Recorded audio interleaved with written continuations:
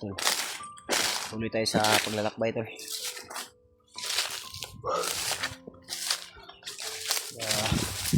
Binalikan ko po yung kampo. Pinuntahan ko nga tol yung gabi. Ang problema hindi tayo nagsaksi sa ating plano. Hindi ko na malayan may nakasunod pala sa likuran ko, kaya muntikan ako mahuli. Tinabol nila ako, pero nakita ko doon mga tol, ay pamangkin ko lang, hindi ko nakita yung bayo ko doon. At ang sabi ay ipapakasal daw sa isang commander na bago. Hindi natin alam kung sino yung commander nila ipapakasal. At sana ay hindi mangyari yung kanilang pinaplano, at sana rin ay matulungan tayo ng ibang kasamahan natin, dahil kailangan ko talaga yung tulong nila mga tol, dahil napakahirap yung sitwasyon ko ngayon, lalong-lalo na nag-aalala rin ako sa kapatid ko.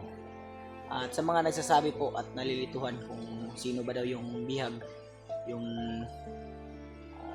bayaw ko, lalaki po ba daw o babae, babae po yung bayaw ko mga tol.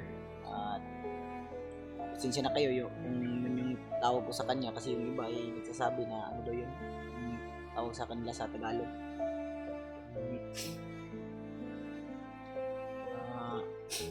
Kalimutan ko.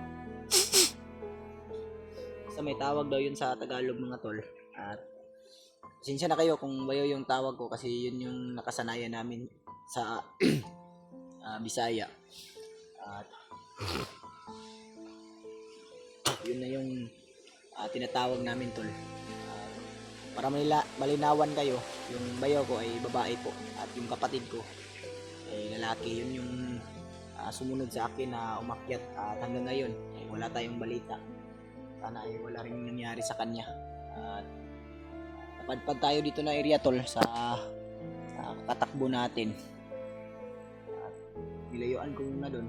Pero may narinig din ako kanina na ang sabi ilalayo doon nila yung bihag mga tol, dahil may nakasunod daw sa kanila na kalaban. Siguro ay minumonitor nila tayo sa bawat galaw natin, kaya hindi tayo magkumpiyansa, kasi may mga nakita rin akong mga drone pinapalipad nila. Kaya ang ginawa ko ay tumago ako. Sa ngayon tol, patuloy tayo, at pagdasal niyo po ako na sana ay walang mangyari sa ating masama sa misyon natin. At sana ay pagdasal nyo rin tol na matagpuan na natin kaagad yung bayaw ko, para masamahan natin, may kasama din siya, kasi hindi na natin alam tol kung ano nang nangyari sa kanya ngayon. At yung pamangkin ko ay napangako ko po mga tol na babalik ako dun, at kailangan ko lang ng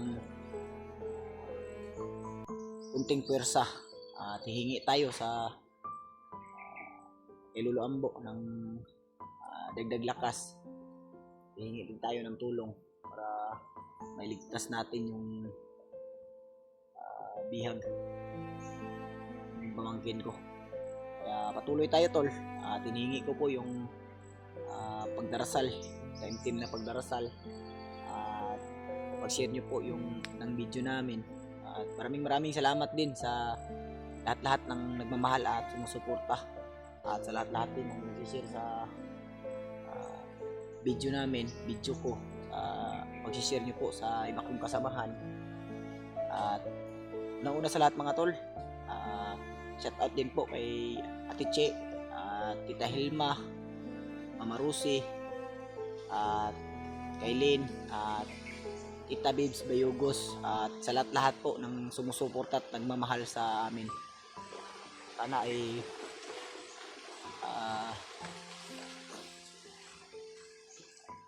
kaakyat kaagad si si EJ, at nabalitaan din natin na si G-Ward at si Kilaw bumaba sila, at si Marvin sana ay magkasama silang aakyat sa pagbalik nila dito sa bundok, at sana kita-kita tayo ng iba nating kasamahang hunters dito sa kabundukan para magtulong-tulong at magsanib pwersa. Kaya patuloy tayo tol upang hahanap din tayo ng Jimpo para iligtas, at kailangan din natin na pagplanuhan muna yung bawat hakbang natin, dahil hindi tayo dapat magpadalos-dalos. Napag-isip-isip ko talaga tol na yung muntik pa akong nahuli, pag-isip-isip ko talaga na hindi ko dapat ginawa yung ganong strategy, dahil hindi natin alam, baka nahuli ako at wala pang ibang tutulong sa atin, kasi yung iba nating kasamahan ay bumaba, at lalo na sila Diabads ay pababa rin sila dahil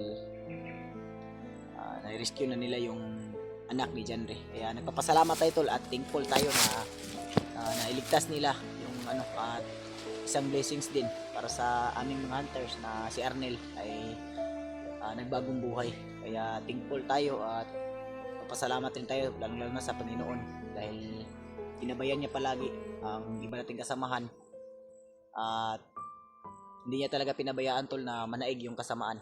Kaya patuloy tayo sa paglalakbay ngayon, stay humble pa rin. Kaya maraming salamat talaga tol. Hindi ako tapos puso talaga akong nagpapasalamat. Hindi ako titigil na magpasalamat sa inyo, dahil wala kami dito kung wala kayo. At sa mga hindi pa nakapag-subscribe mga tol, pag-subscribe po sa YouTube channel natin pang updated kayo.